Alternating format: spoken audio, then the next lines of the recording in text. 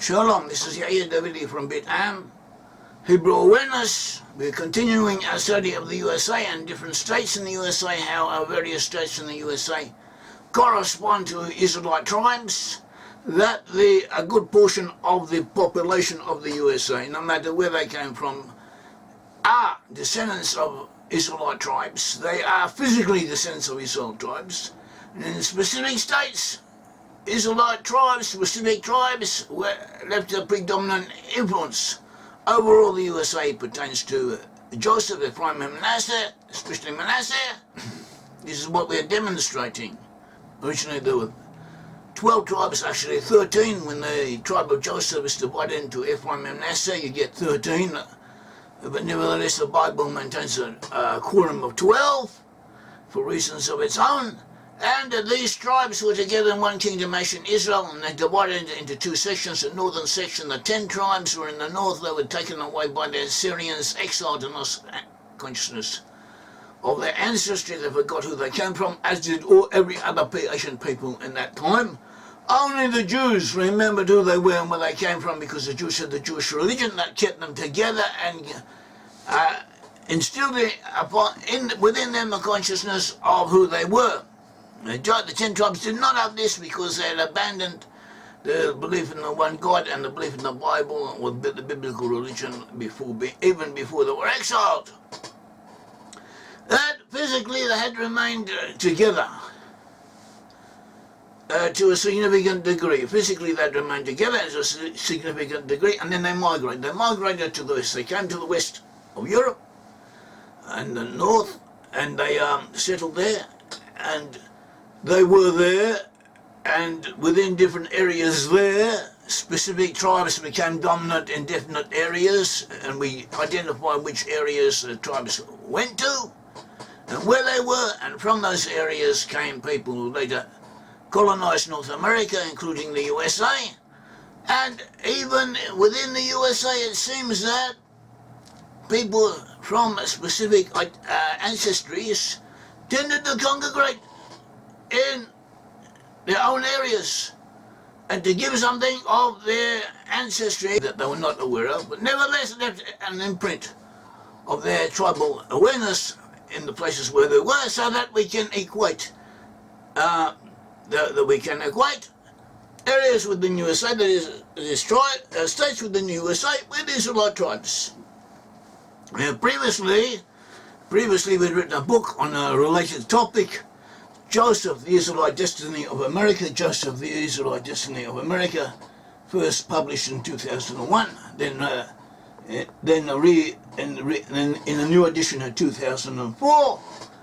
And this book is quite good, it's quite interesting, it's a valuable work, and it shows how different Israelite tribes and tribal clans that had invaded the British Isles were composed of elements descended from Ephraim and Manasseh. They were mainly descended from the tribes of Joseph, Ephraim and Manasseh. In some areas we find Manasseh, groups identifiable as Manasseh and his sons, and others of Ephraim. And most of the early settlers of the USA came from those areas we identify with Manasseh. Not all of them, but most of them. In addition to that, there are certain characteristics of the Bible and the commentaries on the Bible say would be associated with Manasseh, and those characteristics we find in the USA amongst the Americans. Now this work, Joseph, this describes how the blessings of the Bible, the blessings in the Bible given to the children of Israel, were epitomized most strongly in the sons of Joseph. That is, Ephraim and Manasseh, the sons of Joseph. Immigrants to the USA from Britain and Germany and the rest of Europe were often sociologically and ethnically different from those who stayed behind. In the case of Britain, the migrants to the USA came from areas where Manasseh was dominant, and also from social classes, social groups that we may equate with Manasseh, and they dominated the classes who migrated to America. And those, you could say, separated themselves from their brothers from the tribe of Manasseh. In Germany and other parts of Europe, in some cases we find that those who had separated themselves and migrated to the USA had belonged to different classes, different groups, different specific types of people who would always somehow or other remain separate from the rest, did not belong to the rest, and were in fact a sense of Hebrews separating themselves, leaving their Gentile fellow citizens behind. Now this may sound hard to accept, but there are studies that seem to confirm it, and it also fits in with what the biblical message. And in this book, Joseph, we speak of this. And the troubled names of peoples who settled in Britain and later in America were those of Asian tribes of Ephraim and Manasseh, and other Israelite tribes, but Ephraim and Manasseh were dominant, especially Manasseh. The name Ephraim in Hebrew connotes aristocracy. Ephraim was an aristocrat, and Britain remained an aristocracy with aristocratic values. Manasseh in Hebrew, Manasseh in Hebrew means responsible representation, and this has been explained by Rabbi Shimshon Raphael Hirsch,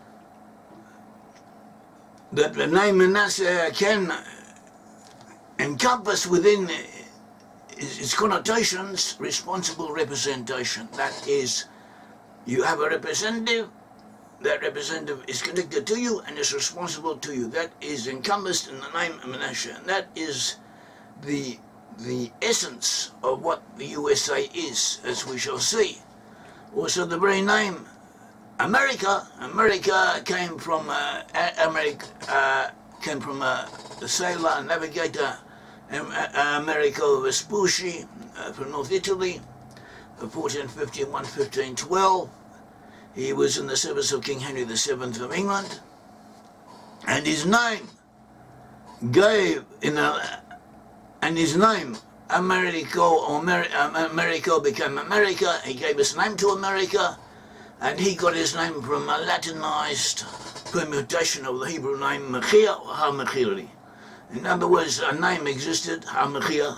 Machir was the firstborn son of Manasseh, also known as Ha-Machiri or Machiri. Ha-Machiri is the name of the descendants of Machir, but this became a name amongst Hebrews, amongst Jews in the area.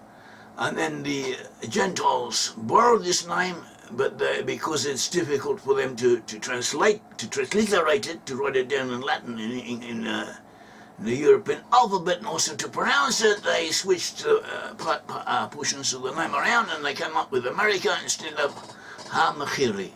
And nevertheless, the names are one and the same.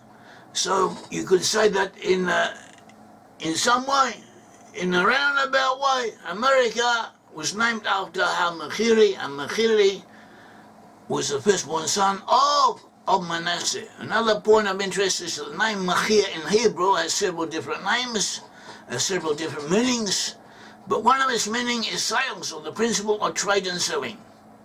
And America has become the foremost capitalist nation in the world, and trading and selling is one of the guiding principles of the USA, one of the foundational bases of what keeps America going.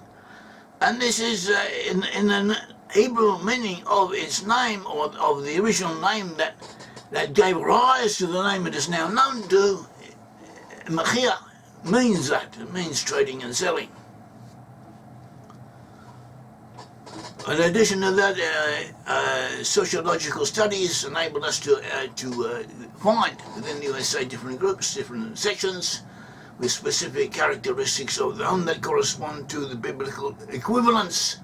And these are not, and in this case we are building on the work of others, and on which other researchers have done similar work or done work in that direction more deeply than we have, but they were not exactly looking for Israelite tribes when they did it, but that doesn't stop us from using their findings for our own purposes. We have a book.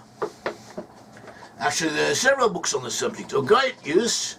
One of the books we found of great value, and this is in some ways a pioneer, this is considered a pioneer work for all the other books, is Albion Seed. Albion Seed. Albion is the name for England. Albion Seed. Albion Seed. By 4 British Folkways in America by David Hackett Fisher, 1989. And he divides the US population into four main sections according to their ancestry, according to where they came from, or where their forefathers came from, or the people who created a culture that they live according to. And he divides the Americans into four sections. So first of all, the Puritans. The Puritans, people from England, who were very strict. You would call them Bible fanatics. They went according to the Bible. But they're also tough fighters. They conquered England. They took over England at one stage under Oliver Cromwell. They're the best army in Europe at the time. But they also believed very strongly in the Bible. And they were persecuted or having a tough time, one could say, in England. So they migrated to America, and many of them came from the east of England, and they went to Massachusetts, what is now Massachusetts, and the area of New England, the area around it, and this was in the period 1629 to 1640. That was one group. Another group was the Royalists. The Royalists and the Puritans fought a war in England, and there were different types of people. The Royalists believed in aristocracy, they believed in lords and servants, and that type of hierarchical arrangement of society. And a small elite of Royalists with a large number of indentured servants, that is, servants who were obligated to work for them for a period of time, from the south of England, moved to Virginia in 1642 to 1675. So they too made an imprint on early America. Another group were the Friends, also known as Quakers. The Quakers were Christians, also Christian fanatics. They were pacifists on the whole, and they had their own way of doing things, and they came from the North Midlands, the middle of England and of Wales. They went to the Delaware Valley and the region around there, 1675 to 1725. They were also important in the foundation of America. And the fourth group terms the frontiersmen. The frontiersmen, the men of the frontier. They came from the borderlands of North Britain, of England. England and Scotland were always fighting each other, or often fighting each other in history. And the region that bordered them was never really under the control of anyone, and they were raiding each other and fighting with each other and doing this and that, and it's quite anarchic over significant periods of time. And this gave rise to a specific type of person, a warrior type of person. And this type of person became the frontiersman. He didn't like authority. He did what he wanted as according to what he understood should be done. And these people, they came from this region of Northern Ireland, the region of Northern Ireland, and Northern Ireland, also people like that, Northern Ireland and North Britain, on the border areas between Scotland and England, and they came to the Appalachians, the backcountry of Appalachia in 1718, 1775. And this group also helped determine the character of the Wild West. Now, less than 20% of the American population, says Fisher, that is 1 in 5, have any British ancestors at all. According to him, it might be a bit more, but that's about it. Culturally, those who followed them, however, even if they were not of British ancestry, they adopted their attitude. They took on them the culture and attitude that they had helped create. For instance, he says the Irish Catholics. A lot of Irish Catholics went to northeast USA, settled there. In some states they are the majority or near majority. They are very significant Irish Catholics in that area. And they continued the traditions and values of the Puritans and the Quakers who had gone there before them. Now, the Puritans and the Quakers are Bible fanatics, one could say. They take the Bible seriously. They considered Catholicism a type of idolatry that would be anathema to them. But nevertheless, they have certain attitudes.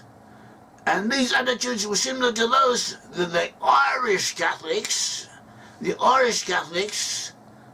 were able to identify with.